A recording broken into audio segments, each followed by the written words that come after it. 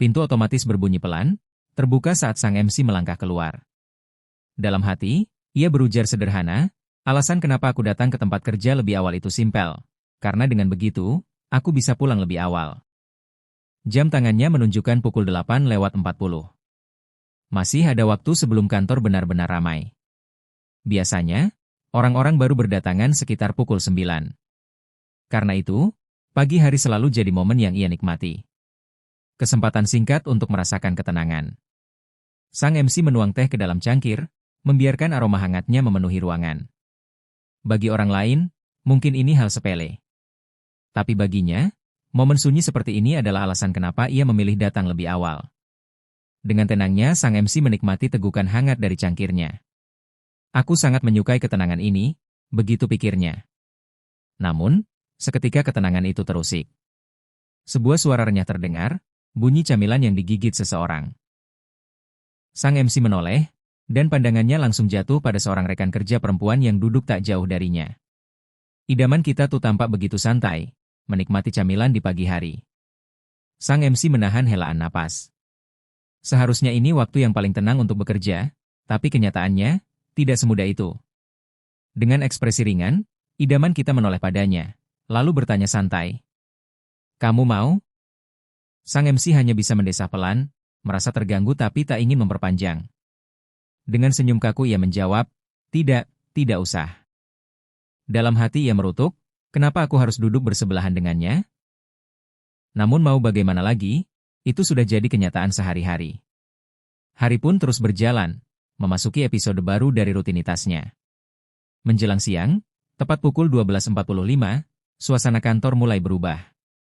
Seperti biasa, beberapa orang perlahan mendekat ke meja kerja Jay. Di ruang kerja itu, suasana tampak ramai oleh canda tawa.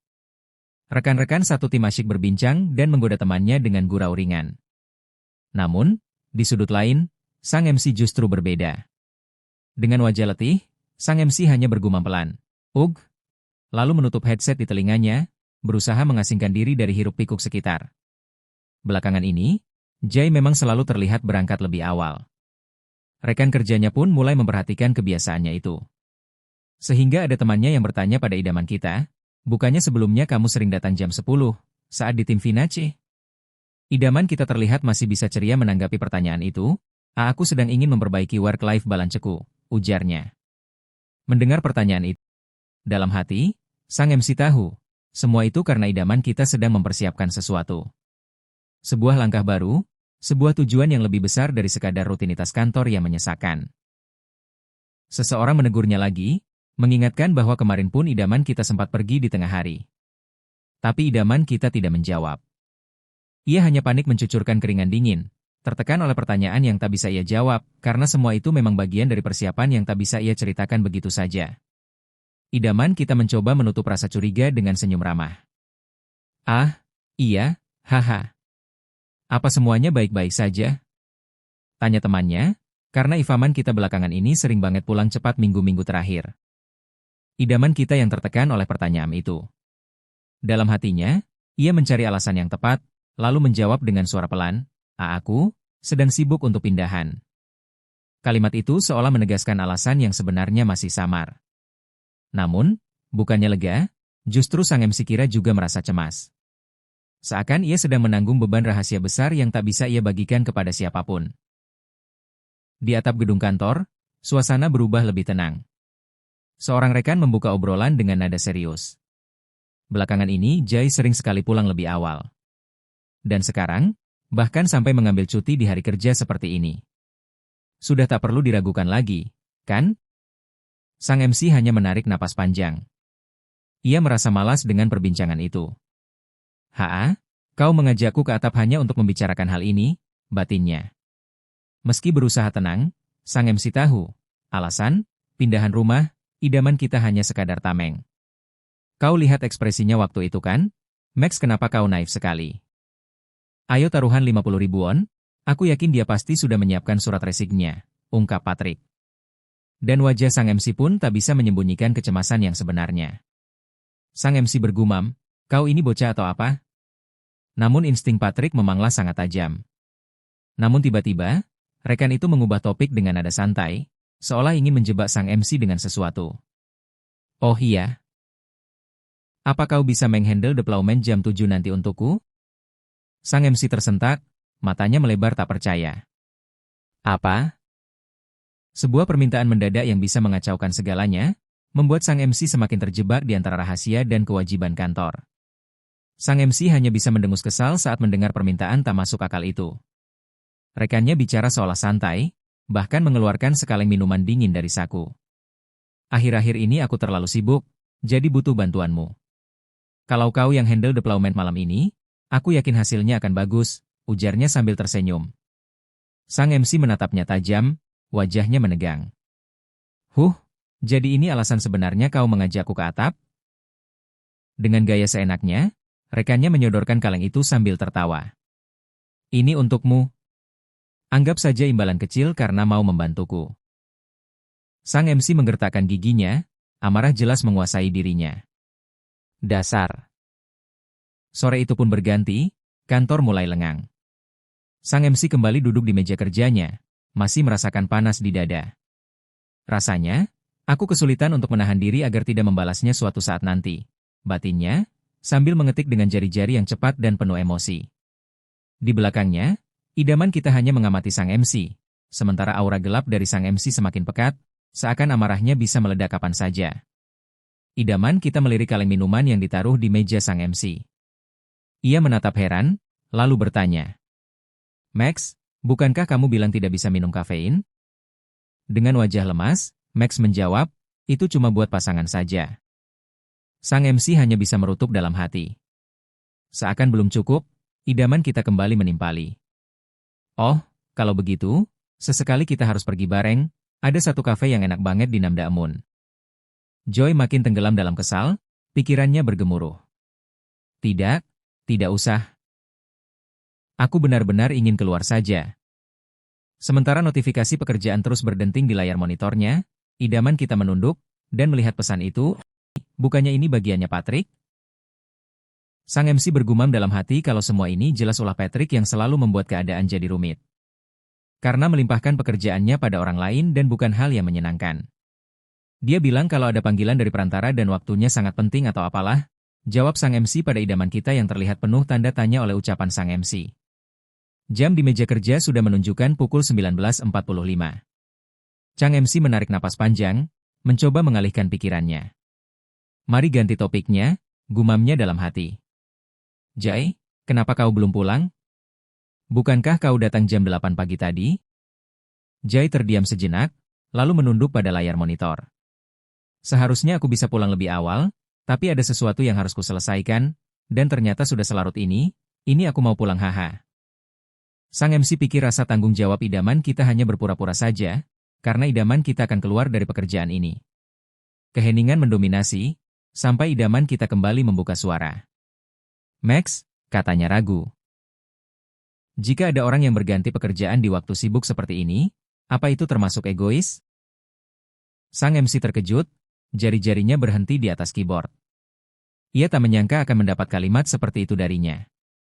Oh, bukan aku, maksudnya ada temanku. Temanku cerita begitu padaku.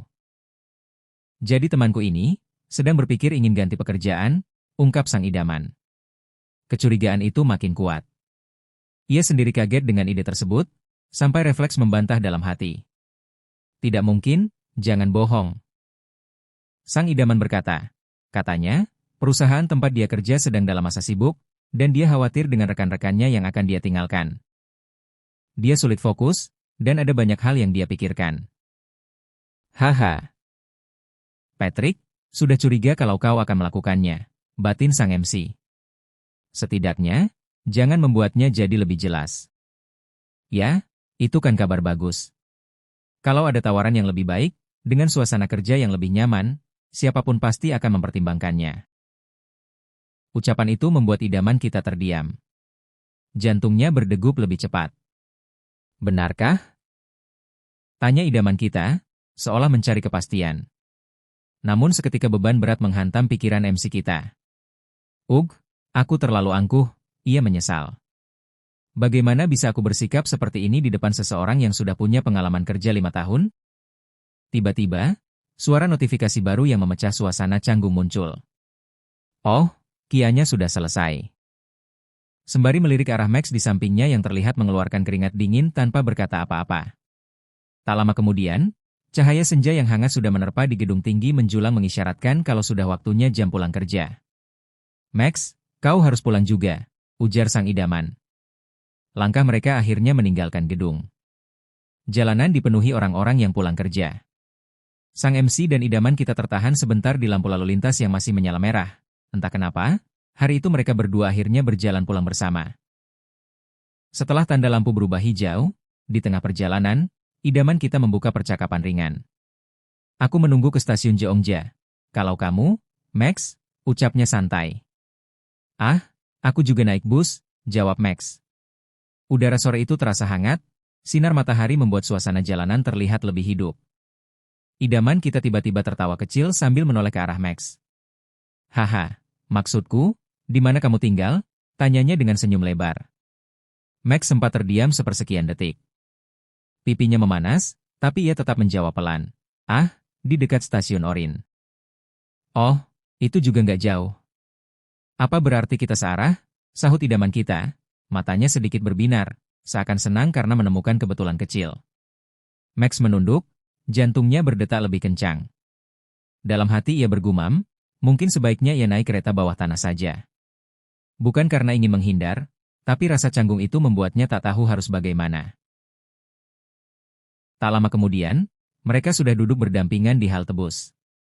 Senja mulai turun, membuat bayangan mereka jatuh panjang ke trotoar. Max bisa mendengar detak jantungnya sendiri, seolah waktu berjalan lebih lambat. Ia berniat untuk mengeluarkan handphonenya dengan sewajarnya, agar tidak terlihat canggung. Idaman kita tiba-tiba meraih sesuatu dari tasnya, lalu mengulurkan tangannya. Ini, ambillah. Max terkejut, menatap benda itu dengan bingung. Ia bahkan sempat merasa jari-jarinya sedikit berkeringat sebelum menerima pemberian itu. Ini lebih baik daripada minuman tanpa kafein, ucap idaman kita sambil tersenyum tipis. Max menerima benda itu yang ternyata adalah permen coklat dengan hati-hati. Ah, makasih. Apa aku melakukan hal yang baik? Pikirnya dalam hati karena mendapat permen coklat itu.